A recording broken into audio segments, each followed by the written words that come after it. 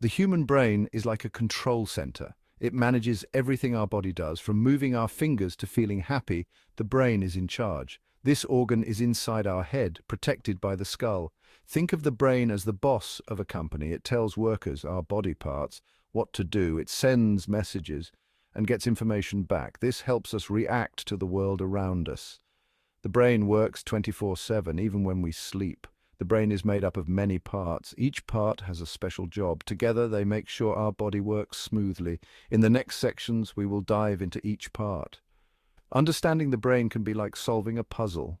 Each piece is important. As we put the pieces together, we learn how amazing this organ is. The cerebrum is the largest part of the brain. It looks like a big wrinkly ball. It makes up about 85% of the brain's weight. This part is responsible for many things, such as thinking, memory, and movement. Imagine the cerebrum as a big office. Each section has a different department. One department handles problem solving, another manages memories, others take care of movements and senses like touch and sight. The cerebrum is divided into two halves called hemispheres. The left hemisphere controls the right side of the body. The right hemisphere controls the left side. They work together to keep everything balanced. The cerebrum also has four main areas called lobes. Each lobe has a specific function. Learning about these lobes helps us understand how different tasks are managed. The cerebellum is smaller than the cerebrum. It sits at the back of the brain, below the cerebrum. This part looks like a little brain on its own. Its main job is to keep us balanced and coordinated. Think of the cerebellum as the brain's coach. It helps us move smoothly. When we walk, run, or play sports, the cerebellum makes sure we don't fall. It also helps with fine motor skills, like writing and tying shoelaces. Even though the cerebellum is small, it has many folds. These folds increase its surface area. This means it can handle lots of information at once. The cerebellum gets signals from other parts of the brain and the body. It uses this information to make adjustments. Without the cerebellum, our movements would be jerky and uncoordinated. It works quietly in the background, making sure everything runs smoothly. The brainstem is a small but crucial part of the brain. It connects the brain to the spinal cord. This connection allows the brain to communicate with the rest of the body. The brainstem controls many vital functions, such as breathing, heart rate, and digestion. Imagine the brainstem as a busy highway. Messages travel back and forth between the brain and the body. This keeps us alive and functioning. The brainstem is made up of three parts: the midbrain, the pons, and the medulla oblongata. Each part of the brainstem has a specific role. The midbrain helps with vision and hearing. The pons connects different parts of the brain and helps control breathing. The medulla oblongata regulates heart rate and digestion. The brainstem works like an automatic pilot. It handles tasks we don't think about. This allows us to focus on other things, knowing our basic functions are taken care of. Section 5, the thalamus and hypothalamus, the brain's relay station and regulator. The thalamus and hypothalamus are small but important parts of the brain. They sit deep inside the brain, near the center. The thalamus acts as a relay station. It sends information from the body to the right parts of the brain. Think of the thalamus as a busy post office. It sorts and delivers messages. For example, if you touch something hot, the thalamus sends this message to the brain. The brain then tells your hand to move away quickly. The hypothalamus is like the brain's thermostat. It helps regulate body temperature, hunger, thirst, and sleep. It also controls the release of hormones. These hormones affect many body functions, such as growth and metabolism. Together, the thalamus and hypothalamus make sure our body stays in balance. They work behind the scenes, keeping everything running smoothly. Section 6. The limbic system, the emotion center. The limbic system is a group of structures deep inside the brain. It is often called the emotion center. This is because it controls our emotions, memories, and arousal. The limbic system includes the hippocampus, amygdala, and other important parts. Imagine the limbic system as a library. The hippocampus is like a librarian. It helps us store and retrieve memories. The amygdala is like a security guard. It helps us process emotions, especially fear and pleasure. The limbic system works with other parts of the brain. It helps us respond to our environment. For example, if we see something scary, the limbic system activates. It prepares our body to react either by fighting or running away. The limbic system also influences our behavior. It helps us form habits and make decisions. By understanding the limbic system, we learn more about why we feel and act the way we do. Section 7, the cortex, the brain's outer layer. The cortex is the brain's outer layer. It is also known as the cerebral cortex.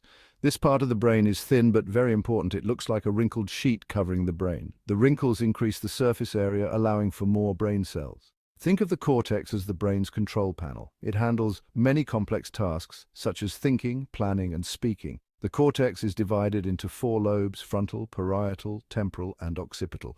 Each lobe has a specific function. The frontal lobe is responsible for decision-making and problem-solving. The parietal lobe processes touch and spatial information. The temporal lobe handles hearing and memory. The occipital lobe is in charge of vision. The cortex allows us to do amazing things. It helps us learn, create, and communicate. Without the cortex, we wouldn't be able to perform many of the tasks we take for granted every day.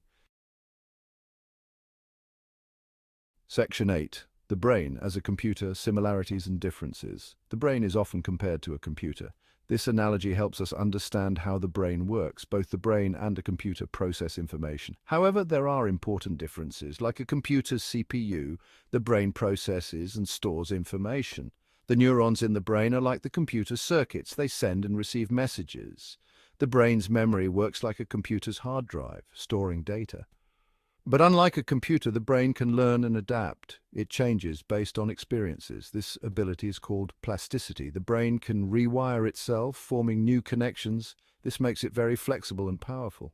Another difference is that the brain uses chemicals to transmit signals. Computers use electrical signals. This chemical process allows for more complex and nuanced communication. Understanding these similarities and differences helps us appreciate the unique capabilities of the brain. It is not just a machine, it is a living, adapting organ. Section 9. The central nervous system, CNS, and peripheral nervous system, PNS. The nervous system is divided into 2 main parts: the central nervous system, CNS, and the peripheral nervous system, PNS. The CNS includes the brain and spinal cord. It acts as the main control center. Think of the CNS as the headquarters of a company. It makes decisions and sends out orders. The spinal cord is like a highway, carrying messages between the brain and the rest of the body. The PNS includes all the nerves outside the CNS. It connects the CNS to the limbs and organs. The PNS is like the delivery trucks and workers that carry out orders from headquarters. It has 2 parts, the somatic nervous system and the autonomic nervous system. The somatic nervous system controls voluntary movements, like walking or picking up objects. The autonomic nervous system controls involuntary functions like heart rate and digestion. Together, the CNS and PNS keep our body running smoothly. Section 10. Neurons, the brain's messengers. Neurons are the building blocks of the brain. They are specialized cells that transmit information. There are about 86 billion neurons in the human brain. Each neuron has a cell body, dendrites, and an axon. Think of neurons as messengers. They send and receive signals. Dendrites are like antennae picking up messages from other neurons. The cell body processes these messages. The axon then sends the message to the next neuron. Neurons communicate through electrical and chemical signals. This process is called synaptic transmission.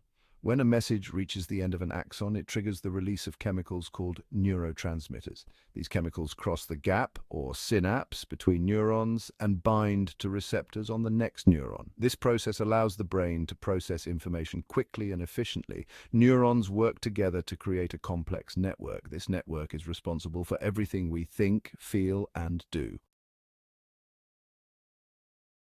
Section 11. Conclusion. The brain's importance and complexity. The human brain is an amazing organ. It is the control center of our body, managing everything we do. From thinking and feeling to moving and breathing, the brain is in charge.